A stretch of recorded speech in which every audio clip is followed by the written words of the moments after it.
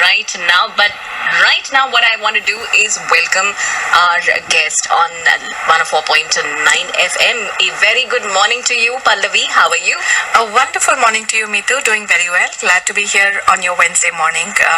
And we here a bit past the time that we usually announce, but we have enough people that have questions for us, and hopefully we'll be able to answer them. Just some updates, and I think this has been of interest to everybody. We've had the rule that we were awaiting from last year, which was announced the end of December, had final comments that were due on the 29th of February, and then it was now confirmed to be the final rule from January 17th of this year. This was a rule that's going to allow some additional portability, and portability, we're talking about the fact that if you have an I-140 that was approved for you for 180 days, but you move your employer and your employer withdraws your I-140, it still gives you the ability to use that for your H-1B extensions. That's one part of it. The priority date, which has been considered to be your priority date once it was approved, but also had some measure of discretion on part of the USCIS officers, which is whether they give you that priority date accordance or not, is now been confirmed that that priority date will belong to you if it was approved, that I-140 stayed approved for 180 days. So that's one or two really good pieces of information for the AC-21 portability purposes. Now, a couple of other things which I think are good. If you've had a timely filed EAD application, the government has done one thing that favors them, which is there is no more the requirement for them to process EADs within 90 days. That was the rule by statute, and that has now been removed. But if you have an EAD that was timely filed, as in before it expires, then for 180 days, with that receipt, the I-9 form would now accept that as your proof of employment. So you would be allowed employment even with an expired EAD as long as it was timely filed. That is something. Do you want to announce the radio number? Yes, 972-235-5555. This is Your Business Matters with Pallavi Ahluwalia from Ahluwalia Law Offices. Their website, ahluwalialaw.com. And yes, of course, you can give us a call right now, 972-235-5555. That's the number in the studio. Yeah, so I'll continue. And on the other side, in terms of one more update, and which is a concern that everybody has with the new president-elect, and I've brought it since the time he got elected, that we're going to have some changes. Now, immigration, or let's say non-immigration, is one of the measures or something that was one of his highest priorities or policies. And so we're going to see what the impact of that would be. I would expect, if I were to just take a guess, and that's something that we in our communities of lawyers and the ones that do immigration are talking about, would be the change as to how the LCAs are now going to be done. There will be increased burden, and that's what we're expecting next. But let's start taking calls, Mitu, so that we can answer questions. All right. Once again, the number in the studio, 972-235-5555. All right, Fun Asia Radio, you're live on the air. Go ahead and ask your question, please. Yeah, hi. Can I ask now? Yeah, go ahead, please. Yeah, hi. Actually, my parents have a 10-year visa which will be expiring in a couple of months. Okay.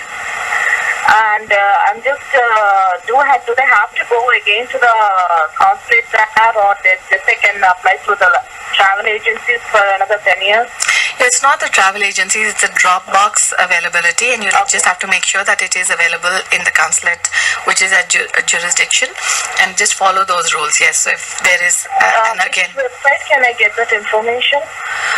So you would go to the consulate, which is literally just Google the consulate which is the jurisdiction for them, and then just look at the Dropbox facilities for B1 extension. It is available, and you have to just go down the list of requirements if they meet it. If they meet it, then they will be qualified for that. And they may not have to go for an interview. Okay, thank you. All the best. All right, 972-235-5555 number in the studio. We are with Pallavi Ahluwalia from Ahluwalia Law Offices. Going to our next caller, Phanisha Radio. You are live on the air. Go ahead and ask your question, please. Hi Pallavi, thank you for taking my call. My question is, my wife is on L1 and I am on L2. And year back she got an extension for 2 years, which is the current visa is valid until 2018. Now my question is, she's planning for a short visit to India, and I understand that she will have to go for stamping. Now question is, can I stay there or do I have to go along with her for the stamping? No, you can stay here. So we're talking about a situation where she's just stepping out just for stamping, right? And you're working here, so you're still an L2 because she's not stepped out. And we had a similar question earlier, and that question also asked about the same. So if somebody's stepping out for just going for their stamping, they're not losing status or anything like that. So you can maintain your L2 status as a dependent while she's out. It is not a requirement that the entire family steps out. Right. So let's say if I'm going after she returns, and if I am planning to go, so then I will have to go for stamping. Yeah, so basically, if she's lost a job, she has to move out of the country for that, and she's going to have some project that's taking her abroad to the parent company or the subsidiary abroad, then yes, you maintaining an L2 here would be difficult to argue. Okay, but if she's No. So she's just going for a visit. She's not going for any other project. Right. For a month. Yeah, right, exactly. So that's what.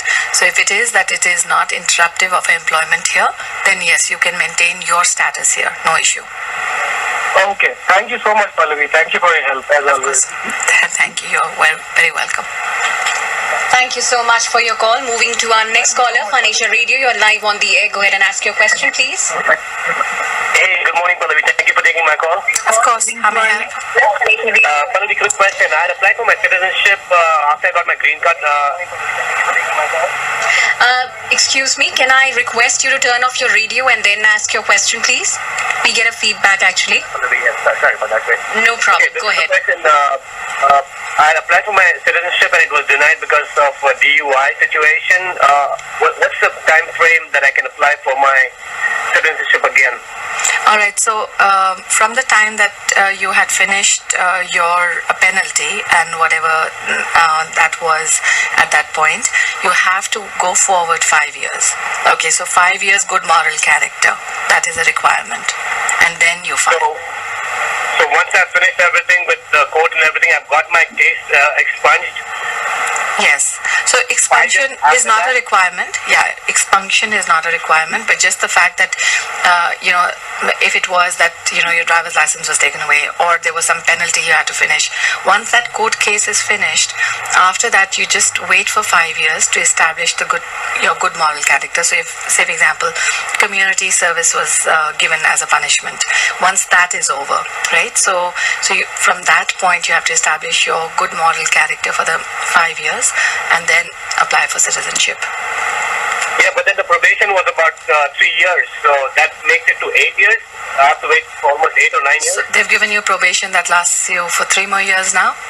Is that what it is? No, the probation is already, everything is completed about 3 months ago. I finished everything. The probation for 3 years was finished. I did request for an early probation, but it's not approved.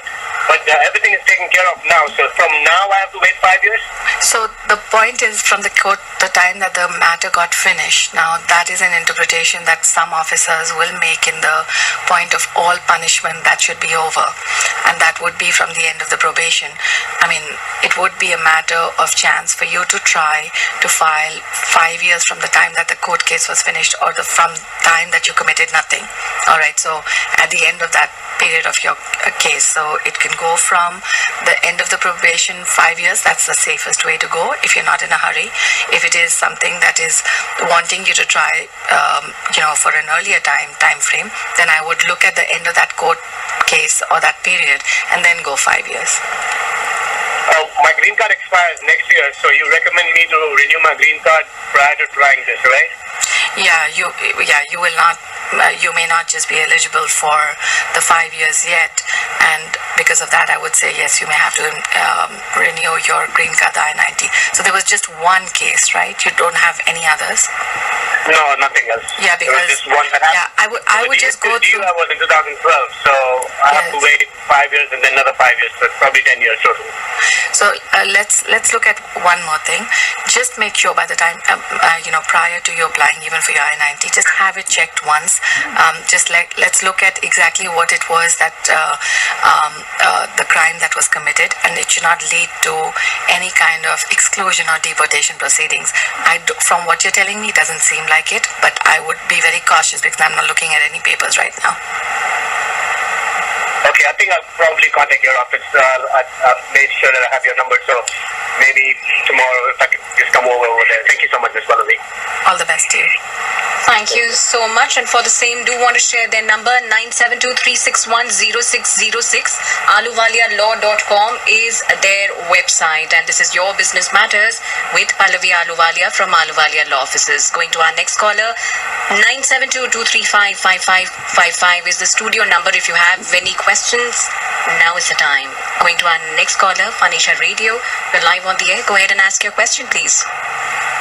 Yes, ma'am. Thank you so much for taking my call. I have a question. I have heard is that even if somebody who is out of the status and they are married, and they can apply for their residency even if their wife is a green card holder, not a quite citizen yet. Is that true or not true? Yeah. If the person enter the country with their visa, or did they enter without inspection? No, they came in with a visa and they overstayed their visa, and it has been more than 2 decades for that. Right. So this would require a step out for sure. So the way it would be done would be that once the I-130 is approved, then they would start off the consular processing and apply for a waiver of extreme hardship. Okay. Spouses of green card holders are entitled to that as well. There was a change in which the standards were a little bit more relaxed, and an overall view to everything. So the extreme hardship standard has to meet some medical hardship, financial hardship, emotional hardship, all of that, and an amalgam of all of that was going to now be considered. So once that provisional waiver is approved, then the consular process would be completed at the NVC, and the person would be set up for an interview abroad. So that's the only way that could be done once the person is a green card holder. Okay, so it cannot be done in the United States. Not as an adjustment of status. Oh, okay. Thank you so much. All right. Thank you. Thank you for your call. 972-235-5555 number in the studio. Going to our next caller, Phanisha Radio. You're live on the air. Go ahead and ask your question, please. Yeah, hi. Thanks, ma'am, for taking my call. I am an H-1B visa, and my wife is on H-4 dependent visa. Okay. Now, she has the H-4 stamp from my previous employer, which is valid till December 2017. And I have meanwhile moved to a new employer on H-1B. I did not transfer her H-4. So I have the new H-1 stamp. So is it a problem if we travel from India to US, she has the old H-4 from the old employer and I have the new H-1? It should not be an issue. So your new employer, you will have an approval notice for that, right? Yeah. Okay. Yes. So take that approval notice with you, and when you enter the country, and even she should have a copy of the same. So she should be given the I-94, not of her end of her H-4 visa, but it should extend to the current approval that you have. Mm-hmm. Yep. Okay, so her I-90, her entry is not going to be an issue because you just acquired a visa. Okay, but the approval notice that you provide to the CBP officer at the port of entry will dictate her end time. So her I-94 will be extended till the end of your H-1B, which is the present H-1B that you have. Correct. Okay. All right. Cool. Got that. Yep. Thank you. All the best. Thank you for your call. 972-235-5555 is the number in the studio. This is Your Business Matters with Pallavi Aluwalia. Going to our next caller, Phanisha Radio. You're live on the air. Please ask your question to Pallavi. Thank you for taking my call. I have one question. My I-140 is approved, and how much time does it take to get a green card to file an I-485 for an Indian. Yeah, so that depends on your priority date. What is your priority date and which category are you in? I am on EB3. My priority date is 2014. Yeah, currently people that have had filed their case in and have a priority date of March 15th of 2005 are getting their green cards. So by some calculations, it seems to be at least about, I'd hate to say it here, but about 20 years out. Okay, because the priority dates don't move every month. So I would say get into the faster moving priority date or category, which would be the EB2. That does not necessarily require a 4-year degree unless you're going for the advanced degree. EB2, you can go for the exceptional ability as well, and then that may move a little faster. Ma'am, what can I do to do on EB2 category? How much experience do I have to show in the company? About 10 years. 10 years of yeah. So you don't. Do you have a 4-year degree or a 3-year degree? 3-year degree. Yeah. So an associate equivalent plus 10 years of experience, and then there is a list of things that the government wants to see: membership in associations, you being the judge of work of others, a lot of recommendation letters. So this is so look at the category called EB2 exceptional ability. That does not require a 4-year degree. Okay, but it does require the 10 years of experience plus the extras. Okay, ma'am. Thank you. All the best.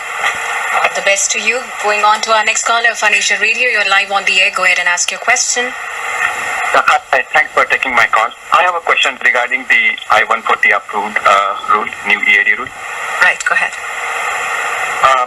If after I-140 is approved and if you change to new employer, how many times we can get extension on the old employer I-140 approval? Is it one time or subsequent extensions can be filed with the new employer? Yeah, so they haven't put a limitations to that. So once the I-140 is approved, and it has been approved for 180 days, that is an I-140 that can be used for AC-21 purposes in terms of using it for H-1B extensions. Now, for you to get a green card out of that, you have to have your current employer, wherever you move, apply for a perm and get that I-140 also approved, right? So, and that's the only way. So basically, if you're joining from employer A, you're going to employer B. Employer B will have to sponsor you for the entire perm, the recruitment process, the perm and the I-140, and then get that priority date for you for them to be able to do the 485 for you later on and give you that offer of employment. So you'll have to look at that. But yes, technically speaking, if you have from employer A the I-140 approved and you're going to C, D or E, it does not matter. You can still use that. And multiple employment change can be done after from A to B, B to C on the same I-140, right? And someone has to file the new process, entire new process, whenever the time is correct. You got it right. Okay, thank you. All right. Thank you so much for your call. Moving on to our next caller, 972-235-5555. Number in the studio. This is Your Business Matters with Pallavi Ahluwalia. You are live on the air. Please go ahead and ask your question. All right. Moving on to our next caller, Phoenicia Radio. You are live on the air. Go ahead and ask your question, please. Thanks for taking my call. I just have a quick question about the new 140 rule. Earlier, if you're on your 6th year app, your 8th year or 9th year H1B based on approved I-140, and you changed your status or went back to India, then you had to wait for 1 year outside the country so that you reset your 6 years and had to come back, even though your 140 was approved. That is not, no, that never changed. That has been the rule. So we've been using AC-21. So the only thing that changes the length of time that the I-140 should be approved for it to be used for AC-21 purposes. But that rule as it exists has been there. So I think the difference that you're seeing, if somebody withdrew the I-140 and it wasn't available anymore, then you could not use it to come back and you had to stay out for 1 year. No, the 140 is not withdrawn. Let's say the 140 has not been withdrawn all this while, and and if the individual goes back to India for about 6-7 months and he loses that job, let's say, and then he finds another H-1B employer, can he do H-1B extension based on based on the 140 that was previously filed? Yes, they can. They can. So it has to be done through the consulate, of course, because you're not there, right? So it would be a case that would be... How can you call that H-1B extension? It's a new H-1B, right? No, so yes. So let's say yes and no to both. Okay, extension of... When you say H-1B extension, that implies that you're inside the country. So that's not true for that term to be used. So it's new employment on the form, but it would be marked consular processing, but you're still under the same cap that you started out with. So as long as somebody can show the I-140 that was approved for you, then you're entitled to 3 more years after your 6 years were over. And that's been used, that we have been using for the last many, many years. I'd say at least 6 to 8 years I remember using that. You know, one of the attorneys advised me not against the other way, the opposite. Yeah, no. So this has been the rule. The only thing that's changed is that even if it is withdrawn and it's not open anymore, so as in the employer withdrew it after 180 days. Now is whether can you use it for your H-1B extension past the 6th year, and the answer is yes. Now you can. And earlier it would be only used if it was an open I-140. That means it had not been withdrawn. That's the difference in the new announcement that you have. But the rule as it stands in terms of AC-21, the AC-21 itself, that's from the Yates memo from 2005, has allowed this. So we've been using it very, very successfully. Okay, gotcha. All right. All right. Thank you for your call. And that's all the time we have with Pallavi Ahluwalia today. Always a big thank you from the community and, of course, all of us at Fun Asia Radio as well.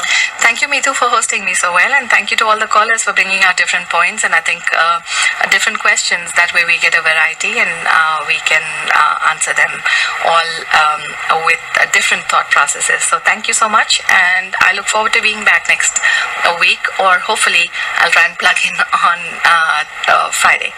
Wonderful. Thank you so much.